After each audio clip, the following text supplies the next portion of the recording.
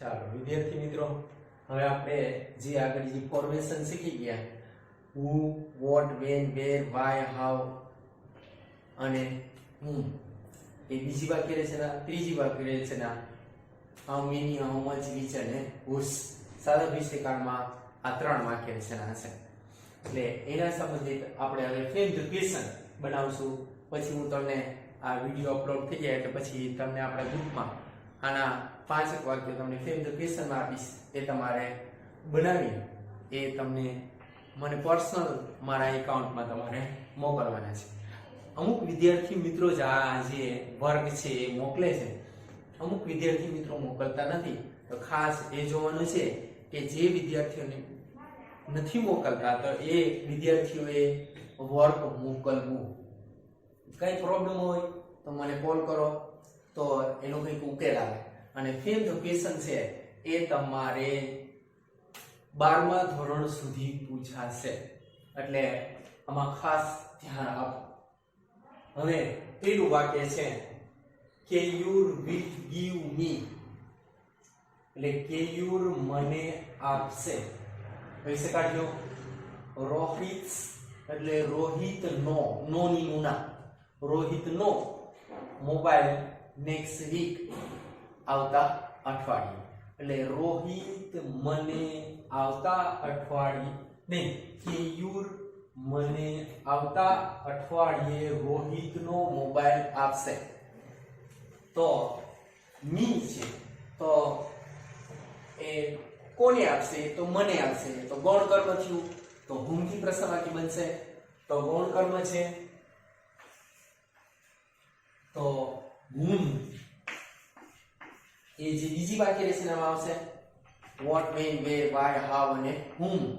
whom પછી જે તે કાળનું સહાયક ક્રિયાપદ will, પછી કર્તા આવશે તો કેયું, whom will કેયું, પછી કર્તા પછી ક્રિયાપદનું મૂળ give, give પછી ની નીકળી જશે રોહિત's મોબાઈલ,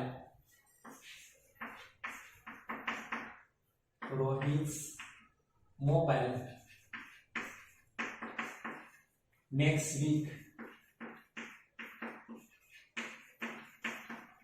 ક્વેશ્ચનમાં. એટલે whom થી પ્રશ્ન વાક્ય બનશે. ગૌણ કર્મ છે એટલે જે આ whom થી will કરતા ક્રિયાપદનું મૂળ રૂપ, પછી બાકીનું છે અધર વર્ડ છે.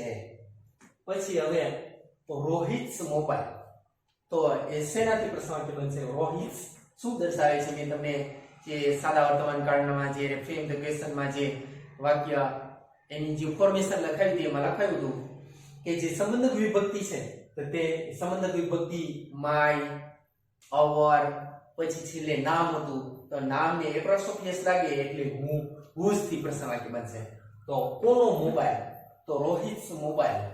તો બીજી વાક્ય રચના તો whose, પછી how many, how much, which and whose. whose પછી કર્મ આવશે. તો જે અહીંયા રોહિત છે તો કોનો મોબાઈલ? તો મોબાઈલ તો કે શું? તો મોબાઈલ થી કર્મ તો મોબાઈલ છે તો whose મોબાઈલ થઈ ગયું. how many, how much, which, whose, whom. whose પછી કર્મ, કર્મ પછી will sell, તો will આપેલું છે તો જે સહાયકારક ક્રિયાપદ આપેલું છે એમની જ રાખવાનું. મોબાઈલ will પછી કરતા કેયુર, પછી ક્રિયાપદનું મૂળ રૂપ give. હવે મેં તમને જ્યારે શીખવ્યું હતું કે પહેલા પુરુષના સર્વનામ હોય તો એ બીજા પુરુષના સર્વનામમાં ફેરફાર થાય. તો અહીંયા મી છે તો પહેલા પુરુષનું સર્વનામ છે તો એ બીજા પુરુષનું, તો બીજા પુરુષનું યુ થશે. તો યુ ની આ કઈ વિભક્તિ છે? મી, તો યુ યુ થશે. તો કર્મ વિભક્તિ give you, એ તો તમને ખ્યાલ જ હશે. જે આગળના જે તમને આગળ પણ મેં શીખવાડ્યું હતું મી નું યુ થયું. હવે રોહિત થી બનાવીએ છીએ એટલે એ નીકળી જશે, કર્મ આવી ગયું.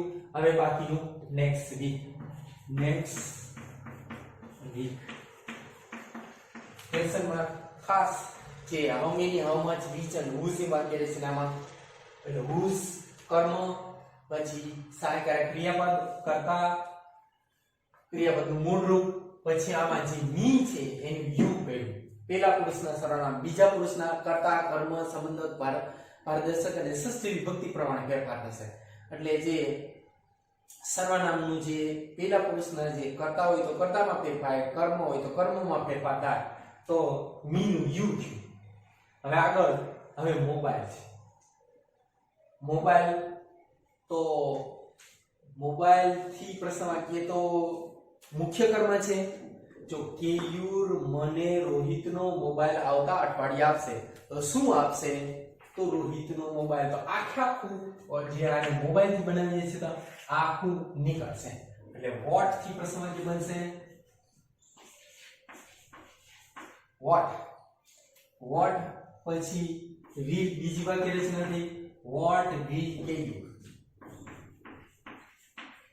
કેયુર ગીવ ક્રિયાપદનું મૂળ રૂપ, મી નું યુ થશે, જે આગળ આપણે શીખી ગયા. યુ આખું નીકળી જશે. Next week.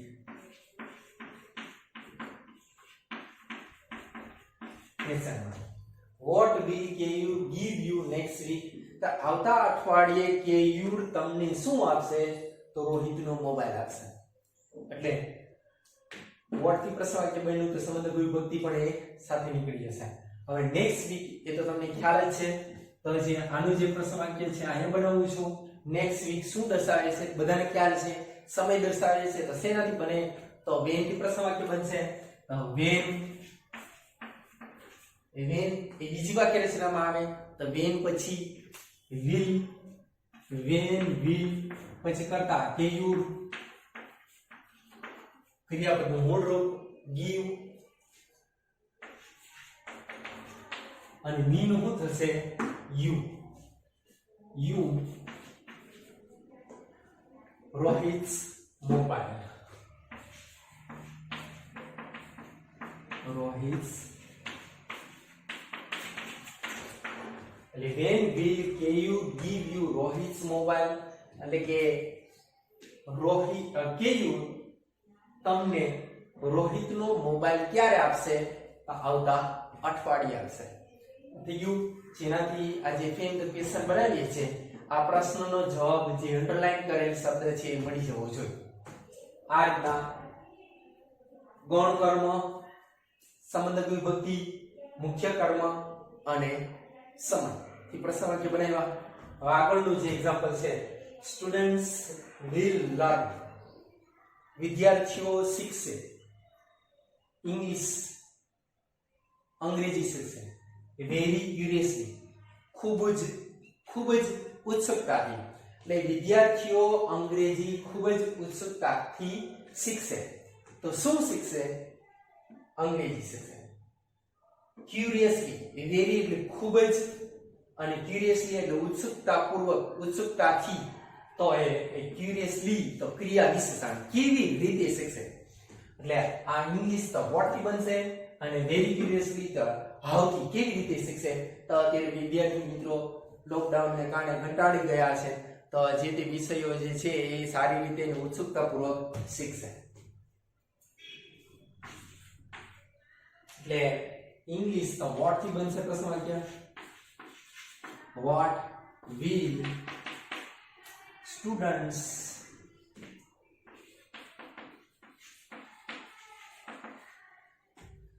what will પછી કરતા પછી ક્રિયાપદ મૂળ રૂપ લર્ન અને ઇંગ્લિશ નીકળી જશે વેરી ક્યુરિયસલી.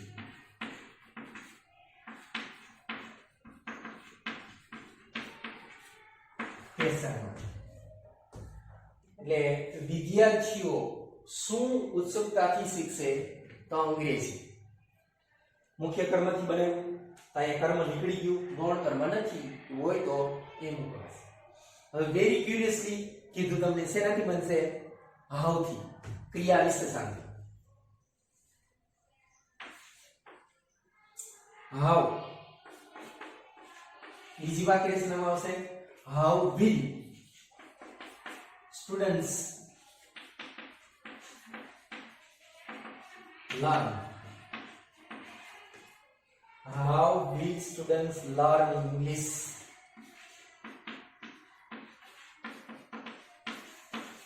એટલે વિદ્યાર્થીઓ અંગ્રેજી કેવી રીતે શીખશે? તો અંગ્રેજી એ ઉત્સુકતાથી શીખશે. એટલે આ રીતે ક્રિયા વિશેષણનું એક્ઝામ્પલ આપ્યું. હવે આગળ ત્રીજું example, Keya will give a new watch to Riya on her birthday. એટલે કે કેયા રિયા તેના જન્મદિવસ ઉપર એક નવી ઘડિયાળ આપશે. જે આપણે ગુજરાતીમાં ક્રિયા પર છેલ્લે આવે. એટલે કેયા રિયાને તેના જન્મદિવસ ઉપર એક નવી ઘડિયાળ આપશે. તો શું આપે? જે વોચ હોય, ખાલી વોચ, તો વોટ થી બને? પાયા કેવી ઘડિયાળ આપશે? તો નવી. તો એ ન્યુ વોચ છે. તો ન્યુ, તો એ ન્યુ શું દર્શાવે છે? તો એ વિશેષણ દર્શાવે છે. ક્રિયા વિશેષણ એ ક્રિયાના અર્થમાં વધારો કરે, જ્યારે વિશેષણ છે એ મુખ્ય કર્મના અર્થમાં વધારો કરે. તો ઘડિયાળ કેવી? જૂની, નવી, તૂટેલી, ભાંગેલી, કે જે broken watch, new watch, old watch, એ રીતના. તો જે ઘડિયાળના અર્થમાં વધારો કરે એનું વિશેષણ કહે છે. તો વિશેષણ તો which watch. તો કેવી ઘડિયાળ હશે? તો which, હમીની હમાં છે which માં આવશે. તો which પછી કર્મ છે watch,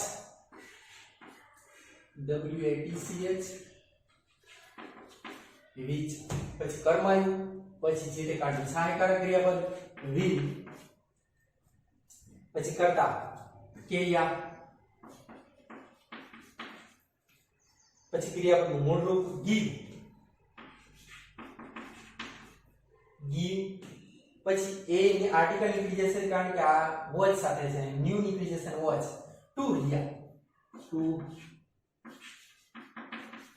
Riya on her birthday.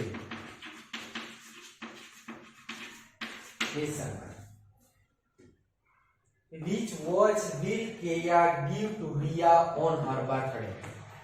એટલે જે કેયા છે એ રિયાને તેણીના જન્મદિવસ ઉપર કેવી ઘડિયાળ આપશે?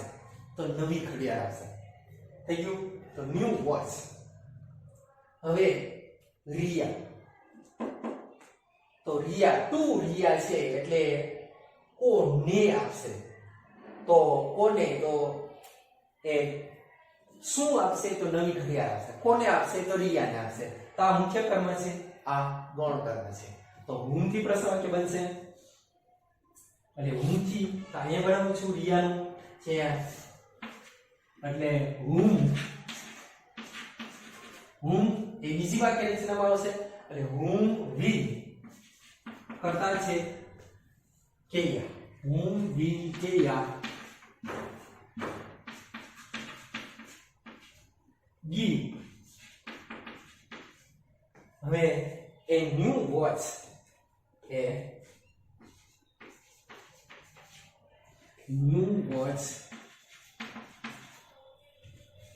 to Riya. તો અહીં નીકળી જશે on her birthday. On her birthday.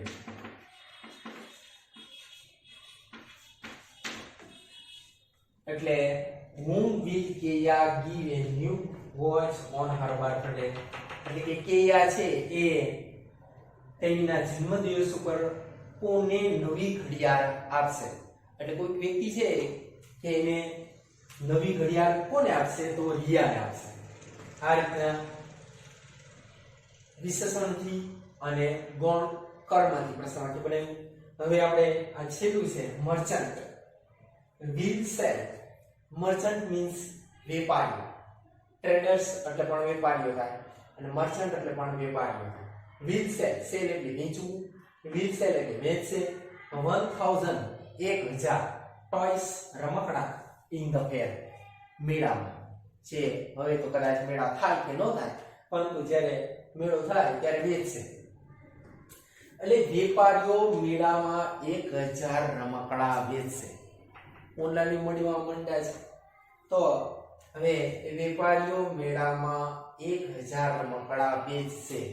તો ટોયસ મુખ્ય કર્મ છે 1000 કાઉન્ટેબલ છે તો કેટલા રમકડા આવે છે તો 1000 તો ગણી શકાય છે તો હાઉ મેની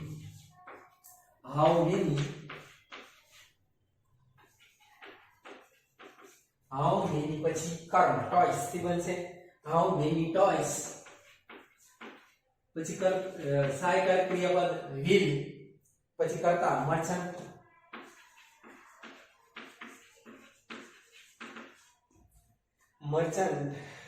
પછી ક્રિયાપદ મૂળરૂપ સેલ 1000 થી આપણે બનાવીએ છીએ એટલે નીકળી ગયું ટોયસ અહીં આવી ગયા ઇન ધ ફેર